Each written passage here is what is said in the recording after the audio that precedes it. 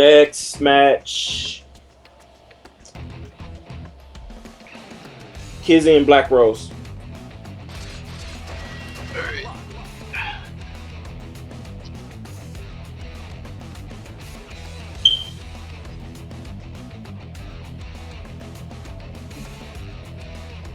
Alright.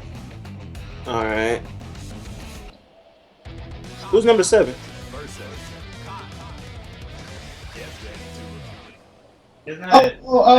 That's sorry. Oh. List of spectators. Okay. If you have the stream on, you can watch it. I think everyone's ready. Okay. That's fine. Oh no, that's right. I joined. Let's go butterscotch.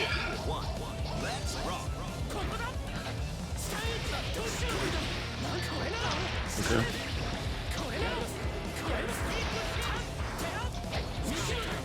Alright, so yeah, good block.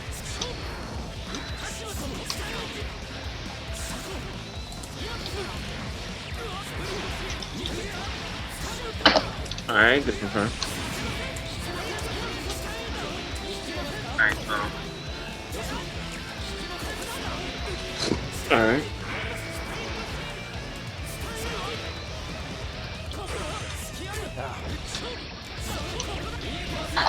Alright.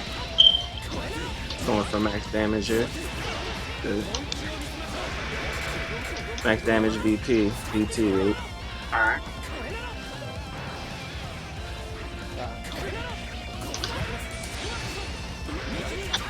Alright, good 2H. Yeah, messed up fine. Alright. Remember you can do stun dipper. Because he didn't have meter.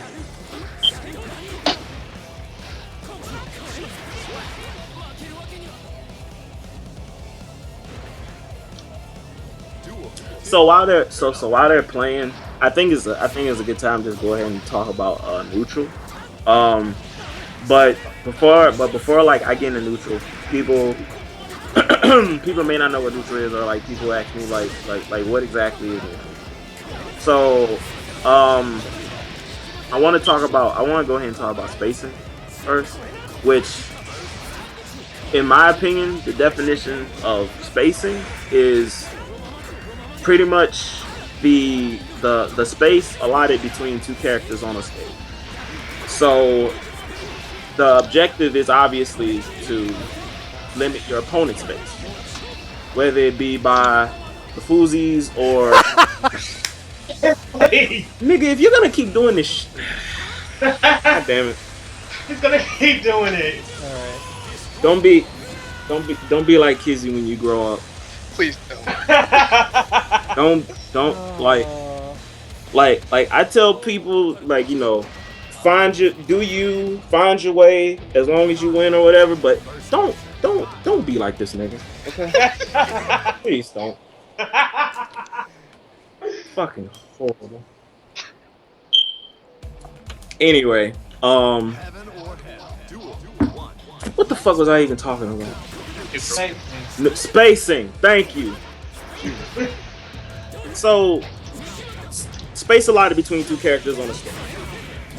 The main objective is obviously to limit your opponent's space.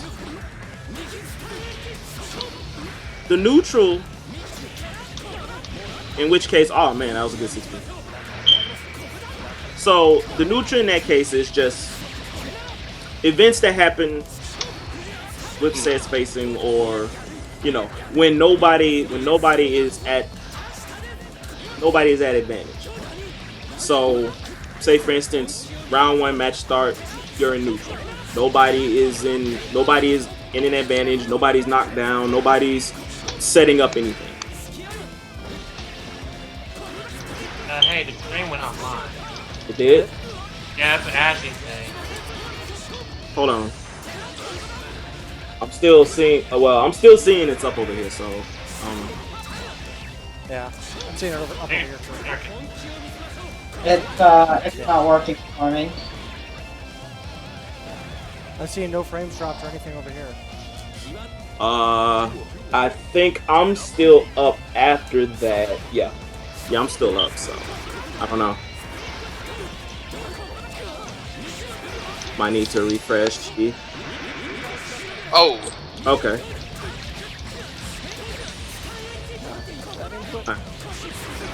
No. That's I mean that's fine. But as long as you do know that general ender is DP. I mean DP. All right. Just send it. Oh.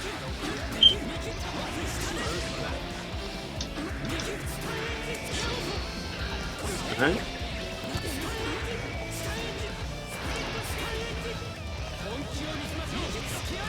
All right. Good throw.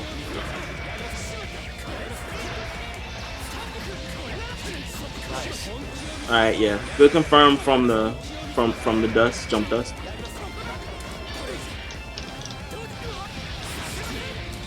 All right. First, because he knew he was gonna die. And no grease ever for you, Rip. Sad days. Ooh. Yeah, somebody pissed in this shit.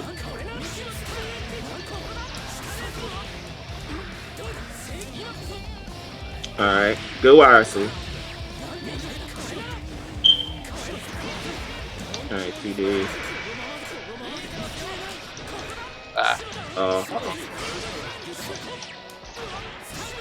Alright. Doesn't go for the knockdown. I would think you probably thought that? Oh yeah. Alright, yeah. I also respect RSBlackrose option for just FDing 6H, which is also a good option to stay away from it if you're either if you're online or you don't really trust your IB. I knew you were going for do it. that. Nice. Yeah, that's an option. Yeah, that's also an option if you have the meter. Good shit. So IB is the best meterless option, and you still have Blitz Shield and you have FD, which is just giving you more space to see what the opponent is going to do after 6H. At that point, they would probably end up doing 2S or 2K, a fast sweeping normal.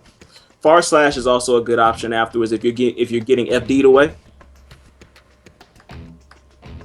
Yeah, somebody what the fuck, man. Let's see. So before I get this next match going, Blackrose, you my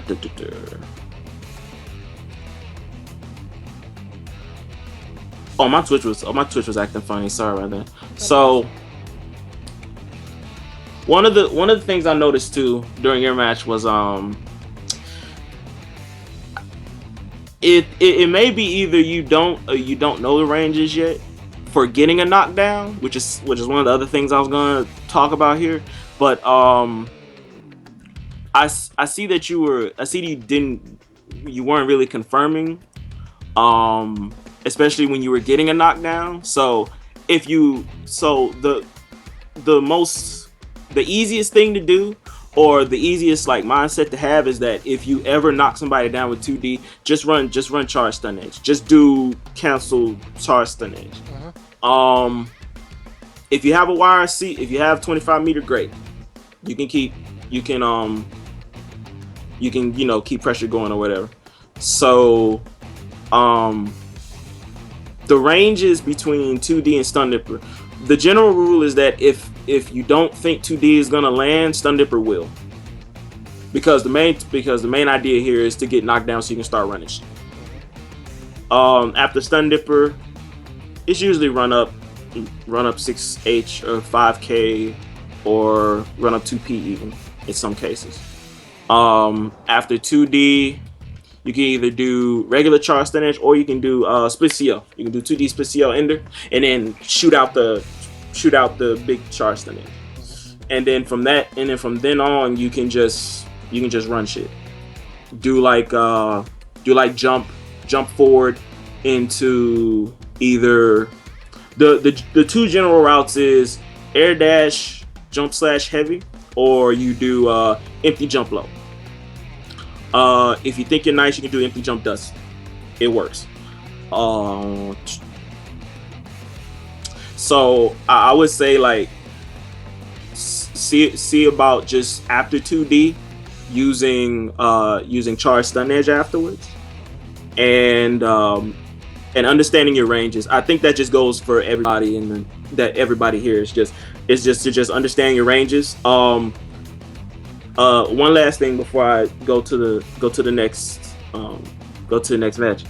When you use when you try to convert into stun dipper from 5H, which is like the general normal that you use to go into stun dipper. One of the things is that 5H has a lot of hit stun, so it's really easy to see the pushback from the 5H, from the hit stun and the 5H, to see them push back a little bit to be sure that your stun dipper is gonna land. So you can do like a late cancel 5H. Late cancel stun dipper from 5H, just so you can be sure that you have the space that stun dipper is gonna be 2 hits and land. Same thing goes for far slash, especially counter hit, because you have new routes now. You have far slash 3H into grease server or whatever. It's best if you did stun dipper, but if you're guaranteed that it's gonna kill, and 3H is gonna land, excuse me, you can do it like that. The general combo for that is far slash 3H grease server super jump slash heavy DP. And